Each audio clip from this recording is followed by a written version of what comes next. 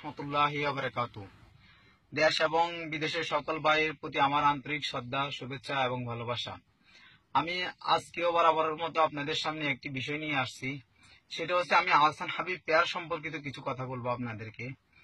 তো আমার যেটা অনুমান হয় বা আমার যেটা ধারণা, সেই হিসাবে আমি কিছু মত আপনাদের সামনে প্রকাশ করতে চাই। আমি ভুল ত্রুটি আমারও হতে পারে, ভুল ত্রুটির ঊর্ধ্বে কেউ না।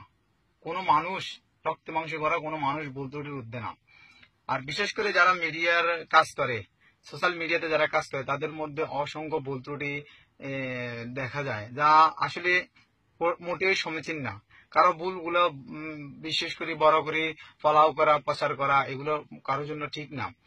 আমাদের দেখতে হবে তার ভালো গুণাবলীগুলা।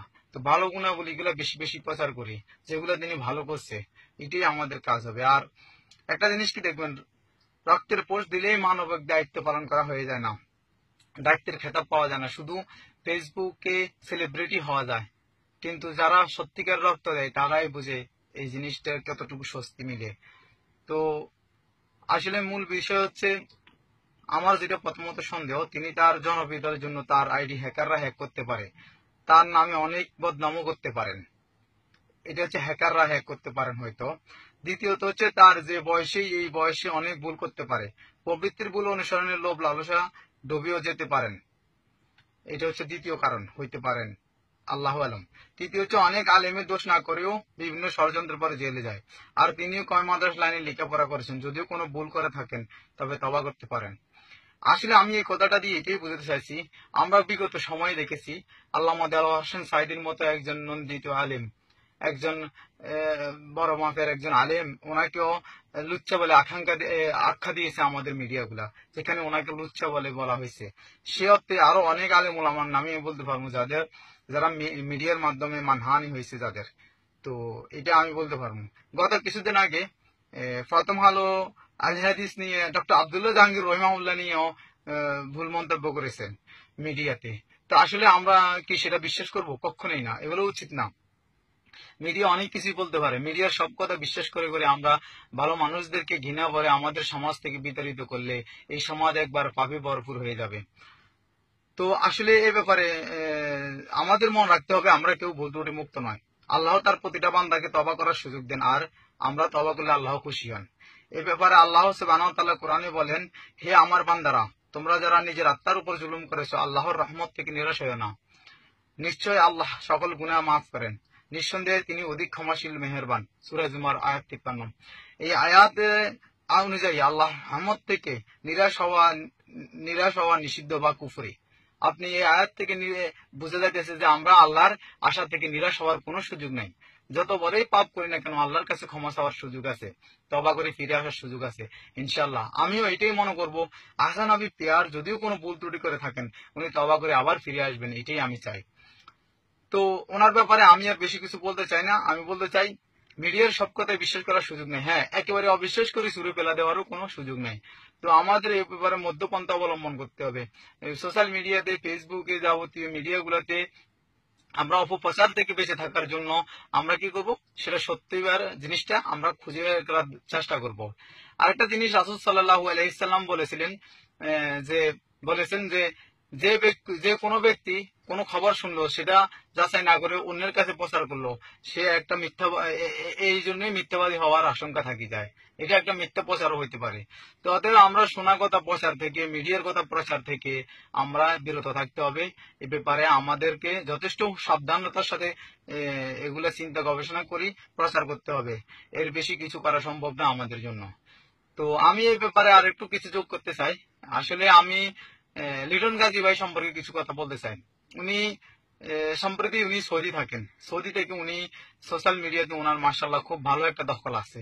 উনি সোশ্যাল মিডিয়াতে ভালো, ইউটিউবে, ফেসবুকে ওনার পেজ আছে, ওনার ইউটিউব চ্যানেল আছে হইচই।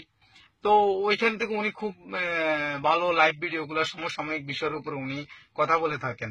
তো লিটন গাজী ভাই সম্পর্কে আমি বলবো, ভাইজান, আপনি শুরুতেই কোনো কথা বিশ্বাস করে প্রচার করা শুরু করবেন, দেখা গেছে একটা সময় ওইটা যদি মিথ্যা প্রমাণ হয়, তখন আপনিও গুনাহগার হয়ে যাবেন। তো শোনা কথা প্রচার থেকে আমাদের বিরত থাকতে হবে। কোনো মানুষই ভুলের ঊর্ধ্বে না। আমি এই কথা আবারও মনে করে দিতে চাই, কোনো মানুষই ভুলের ঊর্ধ্বে না, এবং কি আমিও ভুল আমাদের হয়ে থাকে, হবে। কিন্তু তার মানে এই নয় যে আমরা লাঞ্ছনা বঞ্চনা করে একজন মানুষের উপরে দুনিয়ার অপবাদ দিয়ে দেবো, তার অসংখ্য ভালো কাজগুলো বলে যাবো, এটা মোটেই উচিত না। তো লিটন গাজী ভাই উনি বরাবরই কয়েকটা ভিডিওতে উনি দেখছি অশালীন গালিগালাজ করিয়ে মানুষের প্রতিবাদ করে থাকেন। আসলে এটা ঠিক না ভাই, একজন মানুষ ভুল করতেই পারে, আপনি তাকে যদি আবার গালিগালাজ দিয়ে তার বিরোধিতা করতে চান সেটা ঠিক না।